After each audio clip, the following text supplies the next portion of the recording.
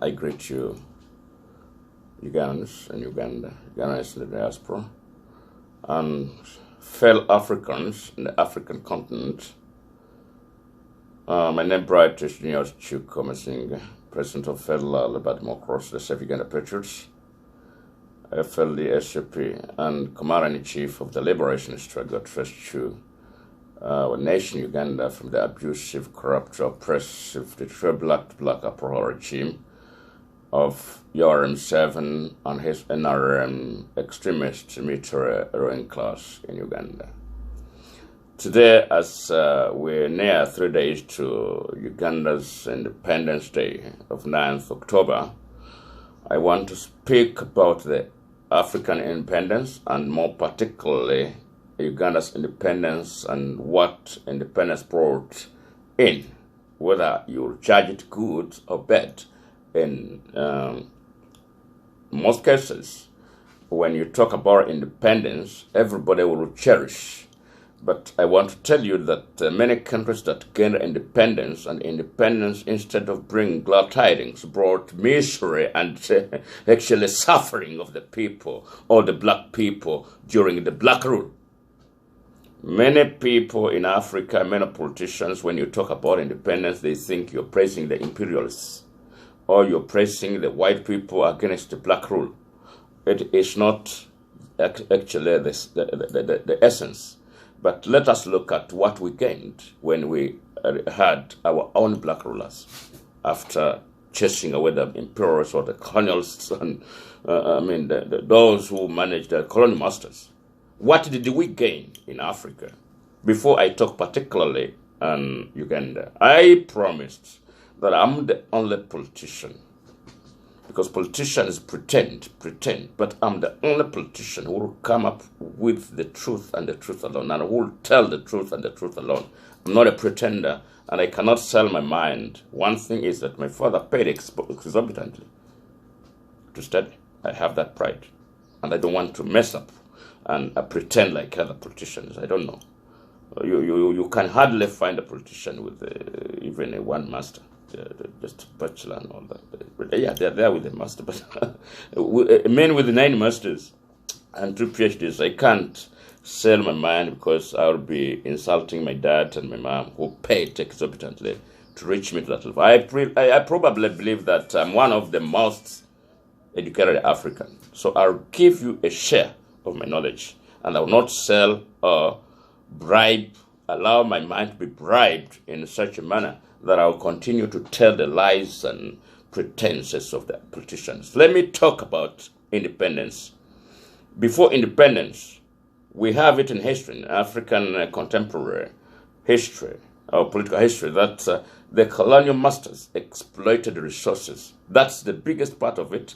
And in some countries, there was some sort of operation.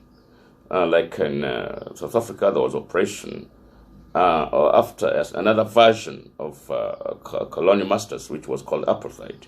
In other countries, there was that type of operation. But the major part of it is to exploit resources.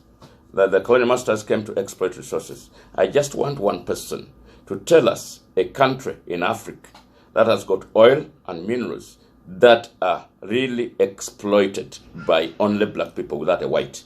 And if you tell me that there is any black person who studied geological science who can point at a certain place with a PhD or any research, who can point at a certain place that we have gold here, we have oil here, we have this here, it's all the white people who are doing it in Africa. However much educated a black person can be, they will never tell you, okay, this house we're standing, we have diamond here. Not any black man that I know has ever explored, however much education of geological science, geographical information science, can tell you that there is this here. There is diamond, there is gold, there is oil here. It's the black people, the white people who can do that in Africa. We're still under the colonial masters. The way you call them colonial masters, you like it or not. Secondly, we heard about before independence exploitation of resources, and who are taking it now after the black rule. There is no any country that can do for itself on the minerals, even oil. It's still those that we hated as imperialists, that we hated as colonial masters, who still come to our countries and exploit the minerals. We just get simple things, and not many, even could be none, any country in Africa that they produce materials from our minerals from within. They take raw materials from here and still take that, and then they bring produced materials. The way it started with the medicine, they come to Africa where we have rich plantations, rich trees with medicine. They bring here in modified medicines, pharmaceutical manufactured, and we buy the knowledge of African person. So which exploitation was it before independence, and which exploitation is it after independence? Is there any difference? The only change is to change from a white leader to a black leader. And it became worse because we have now two thieves. We had only the white thief who exploited our resources, but maintaining schools, maintaining hospitals, maintaining roads, and so forth. Now, you can see that unlike South Africa and Egypt, all African countries, when somebody is sick, you will hear them going to Europe, Asia for treatment. They cannot even maintain their own hospitals. The leaders, I've been hearing the president of Nigeria going to Europe every now and then. And the country is very rich. They can't make any specialized hospital in Nigeria with all that money. They can't have medications and facilitations to say this hospital is here. It's only in South Africa, because I proved it that even Nelson Mandela was treated in South Africa. Other countries, they don't have hospitals. But the white rulers came with the health system, education system, and all the developments of infrastructure.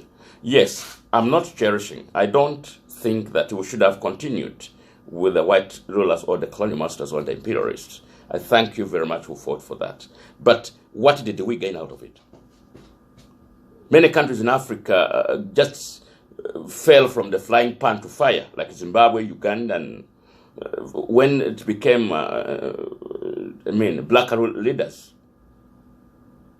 Exploitation of resources was for one person, the white person who used to take the resources, but come up and make a medicine, pay medical doctors, train the nurses, train the doctors, train teachers, make specialized hospitals. Like in Uganda, they put the leprosy hospital, which was a specialized disease in Uganda. They made the hospitals at every district level. And the referral hospital at Malaga Hospital. They made colleges, schools, all Uganda's best model schools were made by the colonialists.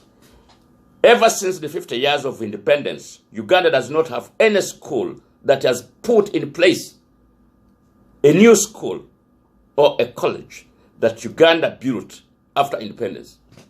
50 years, or something like 260.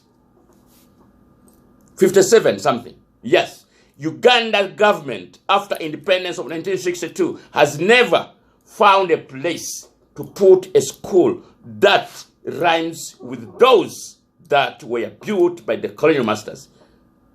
Namirian College of the Church Mission Society, King's College Budo, Gayaza, Nabisunsa, Namagunga, Busoga College, Mwiri, Namasagali, and others. Chitovu, including the hospitals. Hospitals we had in Zambia of the Church Mission Society, Catholic Mission Society, Lubaga, and Namirembe. Then we had even at all some church missions across